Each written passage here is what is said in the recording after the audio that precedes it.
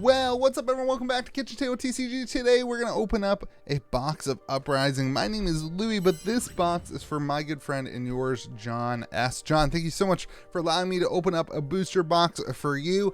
Today we're going to talk about Uprising. We're going to talk about the Marvels, a lot about the Marvels while we are opening up. Hopefully we hit a Marvel for John. Otherwise, the video is going to be kind of out of touch with the box opening. But I wanted to talk about the pull rate of Marvels and why I think LSS got it right. And I'll prelude this with, I thought that the Marvels were going to be incredibly difficult to pull, but they appear to be about 1 in every 2 boxes you get a Marvel Dragon. So I want to talk a few things about the Marvels as we get into John S's box. Ooh, Miragi right there. And maybe we'll pull one and it'll be even more fun because then we can like actually have pulled one. Cold Snap, gosh, look at that artwork. I just love it. Like, I don't know. I just love it. The artwork in this set's fantastic. All right, let's hop in. Let's talk about Marvels. So when they announced Marvels, they kind of teased it as like a super rarity. And I thought that these were going to be like increased cards like the Fables that were going to be about as hard to pull as a Fable. And my initial thought to that was like, man, like everything being that hard to pull makes it like not that special, right? Like, you know, ooh, Phoenix form, that's a really good majestic. Oh, and a foil Vipox. Heck yeah, only fools resort to force, baby. The spider, I hope we get to play as a spider someday. Really great pull, John. That's awesome.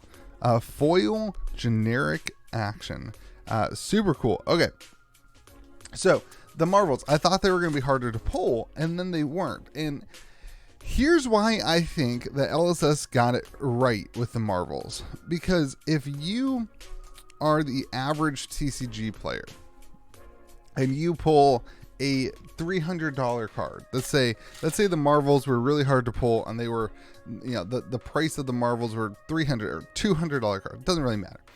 $300 card, Fandale's Fighting Spirit. If there is a set of 8 of those cards, your initial gut reaction is, yes, I pulled an amazingly expensive card, but oh man, I can't get the rest of them. Oh man, I can't collect all of them.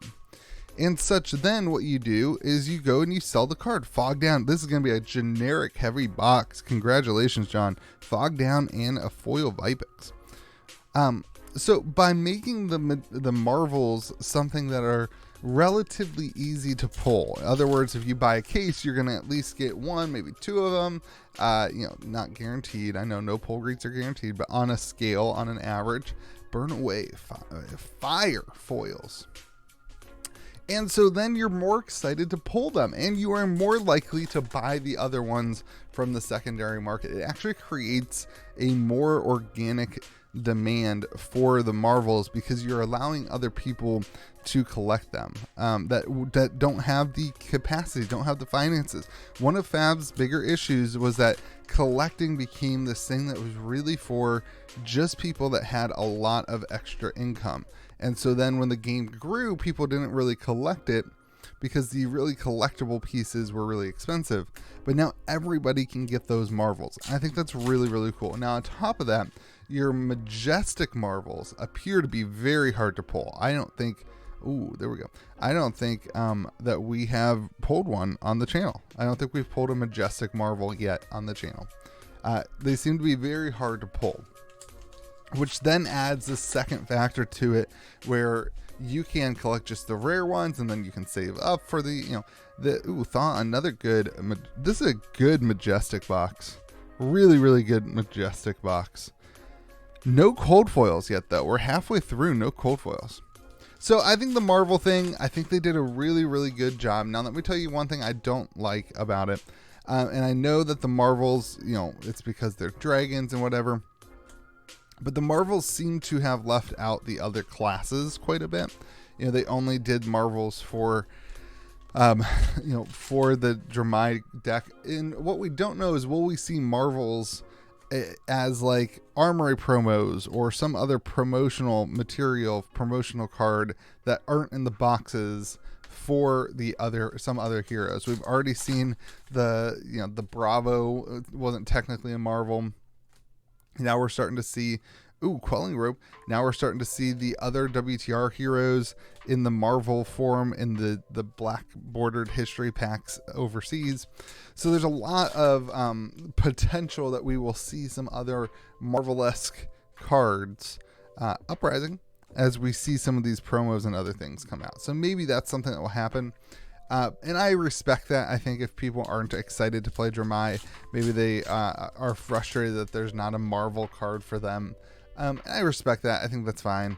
But, you know, that's going to be the issue in a game that utilizes this like talent system type thing. You're going to get locked out of specific things when the whole box is for talents that don't really apply to you. So I think that's a fair critique, but it is just kind of the way that the game is set up. So, all right, as we get in the close, John, this box turned out to not be very good.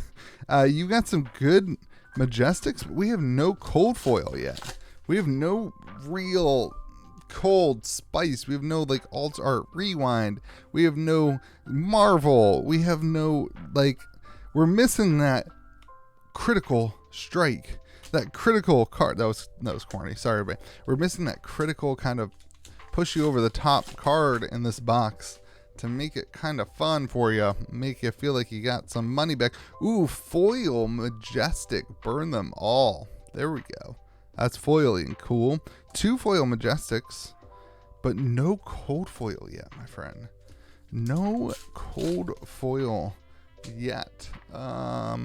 Starting to get a little anxious. Starting to get a little anxious. Freezing point. Ooh, alt art in flame. There we go. These are holding up relatively well. Alt art in flame, not alt art, extended art, and no cold foil in the pack. All right, at least we got an extended art. We haven't seen a ton of those. We have not seen a ton of the extended arts. The extended arts are something, as I gush over the Marvels, the extended arts are something I'm not a huge fan of, to be honest. I think they just don't do enough. Like, they're just not different enough. Yeah, it's just not my personal take. Not my personal, like there's just not enough different between these two cards to really make me feel like they're special.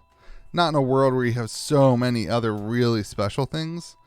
It's just, for me, personally, not enough. Okay, but also something that's not enough is that we haven't gotten a single cold foil yet for John, and there's 2 packs left. So, John, my friend, come on, buddy. All right, John, this is your last chance to be better. This is it. This is your last opportunity. This is it. You've got to get a cold foil here in the close. Otherwise, you're not. Toma Firebrand. All right, John. All right. Are we gonna? Okay, we got a cold foil. Okay, it's a quelling sleeve. Woo, woo. At least we got a cold foil. It was not a great one. Kind of a bad one, John. But at least we got a cold foil. You got an alt art, which I don't remember exactly where those are in price, but you did get 2 foil majestics, and Lightbox is a really good one. Burn 'em All is a pretty good one too, and then 6 regular non-foil majestics. Thaw's really good. Fog Down's really good. So all in all, a slightly below average probably box opening. You did get 1 cold foil common, so you kind of hit that miss on your cold foil, but you got the extended art as well. So John, thank you so much for the support. Hope you guys, let me know what you think about the Marvels in the comment section below. Hopefully you have yourself a fantastic day. Remember, be kind to the people around you, and we'll see you again next video.